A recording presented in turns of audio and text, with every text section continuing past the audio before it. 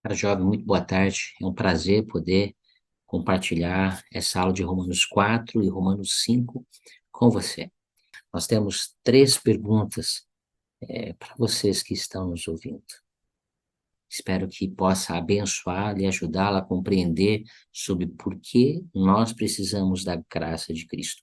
Paulo, ele vai escrever profundamente uma epístola aos Romanos, já tem escrito, né, desde Romanos 1, 2, e nesses dois capítulos ele enfatiza muito claramente poder que nós temos por meio de nossas obras, por meio de nossa fé e por meio da graça de Cristo, ok?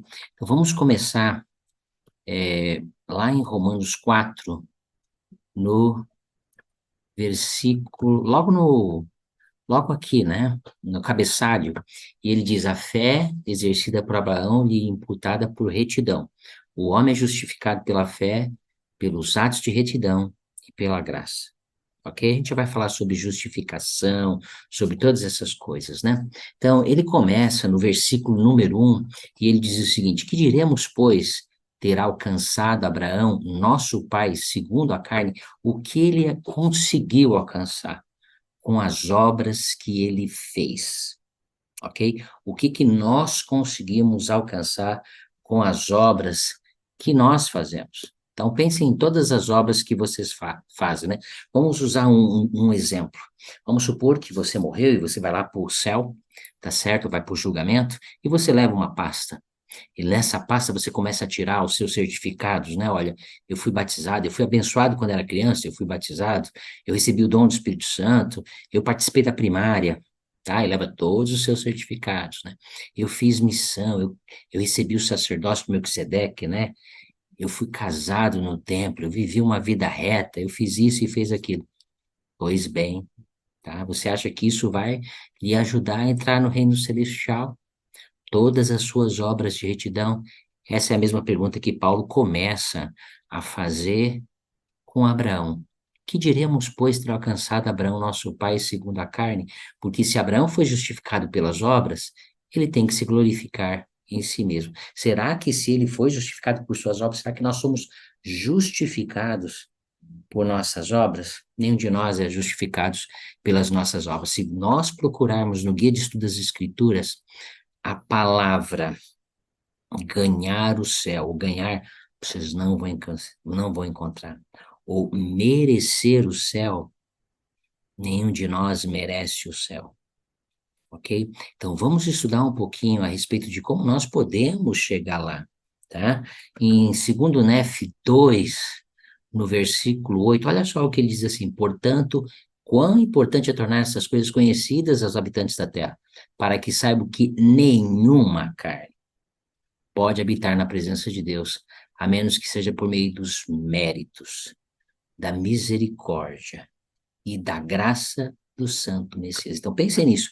Nenhum de nós vai habitar na presença de Deus. Nenhum de nós merece o céu. Nenhum de nós ganha o céu, a não ser pelos méritos, por aquilo que Cristo conseguiu, por sua misericórdia e pela graça dele. Nós já vamos falar mais a respeito da graça, para que a gente possa entender o que é essa graça.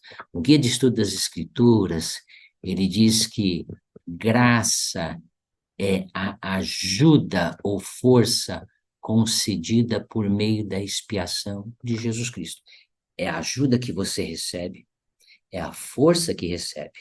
Ele depois continua dizendo que é uma graça, que a graça é uma dádiva, perdão, do nosso Pai Celestial. Então, basicamente, ele diz assim: a palavra graça, conforme usada nas Escrituras, refere-se basicamente ao poder capacitador e à cura espiritual oferecidos por meio da misericórdia e o amor de Jesus Cristo. Então, nós vamos merecer o céu? Não. Nós vamos entrar no céu por meio da misericórdia, por meio dos méritos e por meio do poder capacitador que Cristo vai nos dar e por meio da cura espiritual que será realizada. Agora sim, nós podemos entrar no céu. Tem outras escrituras que falam basicamente claro a respeito disso. Olha o que diz em Alma 24, Perdão, Alma 24, no versículo 10, ele diz: e agora, e agradeço também a meu Deus, sim, ao meu grande Deus, por não havermos permitido que nos arrependêssemos destas coisas, também por havermos perdoado nossos inimigos, seus pecados e assassinatos por termos cometido, por termos aliviado o coração pelos méritos de Cristo. Ok? A culpa de nosso coração. É interessante aqui no 14, e tendo o homem caído por si mesmo, nada podia merecer. Por causa de nossas faltas, por nossas culpas, por todas as coisas que nós cometemos, nós não merecemos nada. Alcançou Abraão alguma coisa pelas suas obras? Alcançamos nós alguma coisa pelas nossas obras? Não, nós não alcançamos. Já aprendemos sobre isso, a não ser pelos méritos, pela misericórdia e pela graça. A graça, nós acabamos de ver o que é a graça, é o poder capacitador e a cura espiritual que nós precisamos. Esta graça, esse poder capacitador, devido às nossas obras, devido à nossa retidão, ela traz a cura espiritual que nós precisamos para voltar à presença de nosso Pai celestial. Por que eu preciso tanto da graça de Cristo? Essa é a primeira pergunta. Ele continua, e é muito claro aqui no versículo 16, e ele diz assim: portanto, é pela fé para que seja segundo a graça, a fim de que a promessa seja firme a toda a posteridade, e não somente que é da lei, mas também a que é da fé, que teve Abraão, o qual é nosso pai, é pai de todos nós, né? A tradução de Joseph Smith, ele amplia um pouco a nossa visão, e ele diz assim: portanto, vós sois justificados pela fé e obras, por meio da graça. Nós somos justificados. Essa palavra é muito interessante, né? A palavra justificação, ela significa ser isento da punição pelos pecados e declarado sem culpa. Uma pessoa justificada pela graça do Salvador por meio da fé nele. Isso é demonstrado por meio do arrependimento, obediências, as leis e ordenanças do Evangelho. A expiação de Cristo possibilita a humanidade arrepender-se e ser justificada ou perdoada do castigo, que é uma outra forma de ser recebido. Então, ser justificado é ser isento da punição pelos pecados e declarado sem culpa. Vamos voltar lá na Escritura, né? A Escritura diz: portanto, vós sois declarados sem culpa, vós sois justificados. Como que a gente vai ser declarado sem culpa? Pela nossa fé, pelas nossas obras e por meio do poder capacitador e cura espiritual que vem por meio de Cristo. É assim que não somente Abraão, tá? Mas também todos nós, como ele diz aqui, podemos voltar à presença de nosso Pai Celestial. Isso está relacionado muito a ver com o convênio abraâmico. Todos nós conhecemos sobre o convênio abraâmico. Vamos repetir um pouquinho aqui sobre o convênio que o Senhor fez com Abraão, tá? No guia de estudo, ele diz o seguinte: Abraão recebeu o que, ó, descreve o convênio feito por Abraão com o Senhor. Abraão recebeu o evangelho primeiramente pelo batismo. Então, todos nós vamos receber esse mesmo evangelho, o convênio que o Senhor fez com Abraão, tomando a decisão de ser batizados. Quer dizer que nós exercemos fé, quer dizer que nós nos arrependemos e depois nós tomamos a decisão de sermos batizados. Este é o convênio da salvação. Se nós queremos ser salvos, é ser batizado, é cumprir com o convênio do batismo. Depois disso, ele diz: foi-lhe conferido o sacerdócio maior. Então, nós progredimos e recebemos o sacerdócio maior. Ele fez o convênio do casamento celestial. O nosso progresso leva ao casamento, tá? Que é um convênio de exaltação. obtido por meio da garantia de toda a progenie eterna. Por fim, foi prometido a Abraão que todas as bênçãos desses convênios seriam oferecidas à sua posteridade. Ok? É muito interessante o que o Senhor prometeu. Ele disse que a posteridade, ou aqueles que receberiam as bênçãos dele, tá bom? Viriam por meio deste convênio, aqueles que estão dispostos a fazer esses convênios, que esse é o convênio da exaltação. Então, o convênio de Abraão se resume basicamente, no, se a gente fosse colocar lá resumo do resumo do resumo, seria o convênio de exaltação, ok? Em Doutrina e Convênios de 132, de 29 a 50, a gente só vai ler uma parte aqui, ó, olha só o que ele diz aqui. Ide, portanto, e fazer as obras de Abraão. Guardai minha lei e sereis salvos. Ide, portanto, fazer as mesmas obras que Abraão fez. Abraão foi batizado, Abraão recebeu o sacerdócio, e Abraão tomou o casamento celestial como uma prioridade em sua vida. Todas essas coisas podem ajudar-nos a chegar à presença de Deus, tá? Então, o presidente Kimball, há muitos anos atrás, ele diz qual era o círculo da exaltação, né? E primeiro ele começou a falar sobre o que ajuda mais a gente a ter um casamento adequado. E aí eles chegaram à conclusão, né, que era a missão. E o que que ajuda você a ser um bom missionário, né? O Seminário Instituto. Então, o Seminário Instituto prepara você para ser um bom missionário. A missão prepara você para ser um excelente pai, marido, profissional, esposo, tá? E líder no reino de Deus. Este é o círculo da exaltação. Seminário Instituto, missão, casamento eterno. Todas estas coisas vão ajudar você a cumprir com esse convênio que o Senhor fez com Abraão. Mas lembrando, as obras de Abraão vão salvá-lo? Não. Nossas obras vão salvar-nos? Não. É muito claro as Escrituras. Que diremos, pois, ter alcançado Abraão, nosso pai segundo a carne? Que diremos, eu e você, ter alcançado, perdão, segundo a carne? Alcançamos obras de retidão. Todas elas precisam de fé, precisam cumprir os convênios e precisam do Salvador, Jesus Cristo. No capítulo 5, vamos já lá para o capítulo 5, tá? Cabeçalho, ele diz o seguinte: o homem é justificado pelo sangue de Cristo.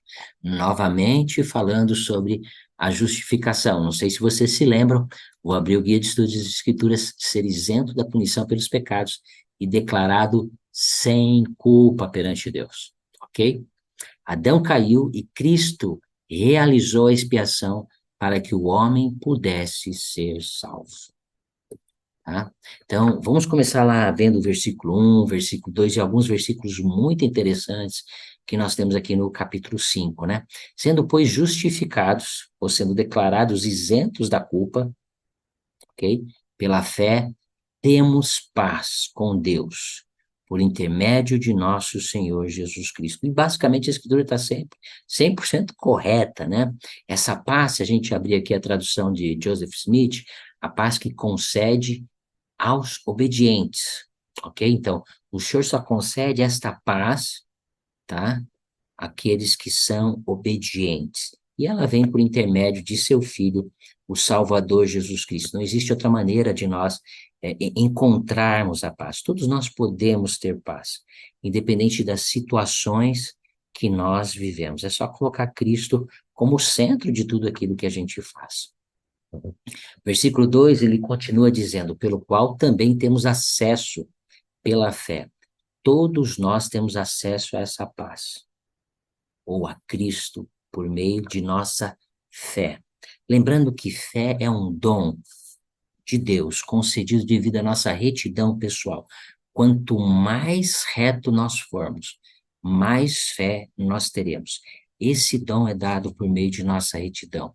E ele diz que nós temos acesso a essa fé e a essa graça, na qual estamos firmes. A fé e a graça de Cristo, se lembra o que é a graça de Cristo? tá? Vamos abrir lá novamente. Poder capacitador e a cura espiritual oferecidos por meio da misericórdia e o amor de Cristo. Como a graça de Cristo, a expiação de Cristo tem abençoado minha vida. Todos eles nos trazem segurança. Então, se nós queremos ser mais seguros, nós temos que conseguir continuar exercendo mais e mais fé. Uma coisa muito interessante que ele diz, olha, quando a gente vai estar firme na fé, algumas coisas vão acontecer. Então, ser membro da igreja muitas vezes não é fácil, né? A gente pensa, bom, a gente é membro, não vai passar por alguns desafios, algumas provações. Não, os desafios e as provações são dons de Deus também, são bênçãos de Deus, tá? É claro que nós, de antemão, não consideramos como uma grande bênção, mas Paulo, ele começa a ensinar sobre isso no versículo 3, e ele diz assim, não somente isto, mas também nos gloriemos nas tribulações. Quem fica feliz por receber uma tribulação, tá? Existem dois caminhos que as tribulações podem nos conceder. O primeiro caminho é a mágoa, é porque eu. A pergunta seria, por que não eu? Mas a pergunta é, e por que eu? Por que isso só acontece comigo? Talvez caiamos, percamos a fé em Deus. Não, mas se Deus existe, eu não podia. Eu estou guardando todos os mandamentos, eu estou fazendo todas as coisas certas. Mas normalmente não é assim que acontece, né? Então ele diz assim: se nós nos gloriarmos nas tribulações, se nós exercemos fé, ele diz que nós teremos uma produção de paciência, né? Sabendo que a tribulação produz paciência. Paciência com nós mesmos, paciência com os outros. Aumentamos nossa capacidade de saber esperar. E ele continua assim: a paciência produz a experiência, a esperança, ok? As tribulações vão trazer experiência para nós, se nós formos pacientes. Essa experiência é uma grande bênção. Quanto mais experimentados nós formos, mais esperança nós teremos em Cristo ao resistirmos a todas as tribulações. Então, as tribulações são bênçãos disfarçadas, mas tudo depende de como nós reagimos. Nós podemos lembrar de como Nefe reagiu ao comer carne crua no deserto. E ele disse que foram felizes, eles viveram segundo o padrão de felicidade. E nós vemos seus irmãos murmurando, porque nossas mulheres ficaram no deserto, tiveram filhos no deserto, e todas as lamúrias que eles tiveram por causa da atitude deles. As tribulações vieram para Lamã e Lemuel e vieram para Nefe. As tribulações vão vir para mim e para você. Tudo depende de como nós reagimos às tribulações. A paz de Deus, tá? E a glória que Ele quer para nós é que as bênçãos disfarçadas, que são as tribulações, elas produzam paciência, o dom de esperar, o dom de não ficar magoado, não ficar chateado, o dom de ser paciente consigo mesmo e com os outros. Isso produz experiência e esperança em Cristo. Então, vamos continuar, tá? Versículo 5 ele continua dizendo, né? A experiência não desaponta, né? Então, a esperança, né? Cristo também, o nome esperança também é o nome de Cristo, né? Cristo não desaponta. Portanto, o amor de Deus está derramado em nosso coração pelo Espírito Santo que nos foi dado. Mas quando nós esperamos em Cristo também, nós não seremos desapontados, ok? Quando nós fazemos todas as coisas certas e esperamos que Cristo possa nos ajudar, nós compreenderemos a situação e seremos edificados e abençoados por meio das provas que todos nós passaremos. Vamos continuar lá para baixo, tá? E agora ele começa falando a respeito de Adão, que é o segundo tema lá no cabeçalho, né? Ele começa lá no versículo 11, ele diz assim, não somente isso, mas também nos gloriamos em Deus, por nosso Senhor Jesus Cristo, pelo qual agora alcançamos a reconciliação. É muito interessante essa palavra reconciliação. Se você clicar nela, vai dar a expiação. Então, não somente isso, mas todos nós nos gloriamos em Deus por Jesus Cristo, por meio da sua expiação. A expiação, que é tornar um com Ele, né? Atonement, né? Que é uma palavra em inglês, né? Ela nos torna um com Cristo e nos reconcilia com Cristo. Por meio da expiação de Jesus Cristo, nós podemos ter acesso à fé, nós podemos nos arrepender a cada semana, tá bom? O sacramento também é uma grande bênção que vem por meio dessa reconciliação, quando nós fazemos convênios de seguir a Cristo. Então, essa reconciliação só é dada por meio de Cristo, ou essa expiação, o único que pôde fazer essa expiação por nós foi o Salvador Jesus Cristo. Pelo que, como por um homem entrou o pecado no mundo, e pelo pecado a morte, assim também a morte passou a todos os homens, porque todos pecaram. Não pense nisso. Adão, né, de acordo com o que está dizendo aí, ele instituiu o pecado. Sabemos que não foi bem assim, mas antes da queda, né, quando você coloca aqui pecado, ele vai trocar essa palavra por a queda de Adão, pelo que, como por um homem, entrou a queda no mundo. Esse acontecimento que nós chamamos de queda, tá? Então, como era a nossa vida antes da queda de Adão? Como se tornou nossa vida depois da queda de Adão? E como se tornou nossa vida depois da expiação de Jesus Cristo? Como ela pode se tornar? Eu gostaria de compartilhar aqui com vocês algo que pode ser muito útil, né? Nós, deixa eu achar primeiro, tá aqui, ok? Então, esse arquivo, ele é bem interessante, né? Antes da queda, nós tínhamos a imortalidade, tá? Nós convivíamos com Deus, nós tínhamos inocência e nós éramos sem filhos. Depois da queda, como se tornou a nossa vida? Depois daquele homem ter praticado a queda que foi Adão junto com Eva, né? Estabelecer a mortalidade, houve a morte espiritual, tá? Houve o conhecimento também do bem e do mal, e todos nós poderíamos ter filhos. Depois da expiação de Cristo, ok?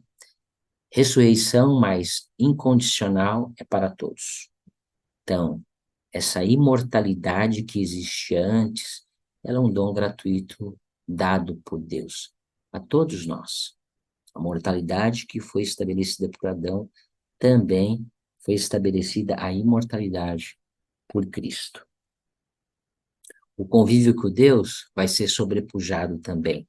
Nossa distância espiritual que os nossos pecados nos trazem, tá? Eles vão ser sumidos. Sobrepuja a morte espiritual para todos, pois todos voltarão à presença de Deus. A outra coisa da graça ou da expiação de Cristo, pleno conhecimento do bem e mal, inocência, conhecimento, agora é um pleno conhecimento. Sem filhos, filhos, e agora nós podemos ter uma prole eterna. O que eu farei para que eu possa aproveitar mais sobre esta graça? A expiação de Cristo foi uma grande bênção. E assim como a queda veio por um homem, as bênçãos da exaltação vieram também por um homem que é Cristo. Deus possa abençoar cada um de nós. Eu sou tão grato pela expiação do Salvador. Eu sou tão grato por Ele ter dado sua vida por mim e por você. Por Ele ser tão bondoso. Por nós podermos aproveitar e ser justificados um dia, ser isentos do pecado, por meio dessa graça redentora. Nós não conseguimos ganhar o céu por meio de nenhum mérito nosso, por meio de nenhuma obra nossa, a não ser pelos méritos, misericórdia e a graça do Santo Messias. Ele é aquele que veio para abençoar a minha vida e a sua vida. E isso é o que Paulo clama aos romanos e ensina com grande poder, falando a respeito do convênio que o Senhor fez com Abraão, falando a respeito do sangue de Cristo que expia os nossos pecados. Que Deus possa abençoar cada um de nós ao buscarmos em Cristo e por meio de nossa fé e obras voltar à presença dele. Em nome do Salvador Jesus Cristo. Amém. Forte abraço a todos.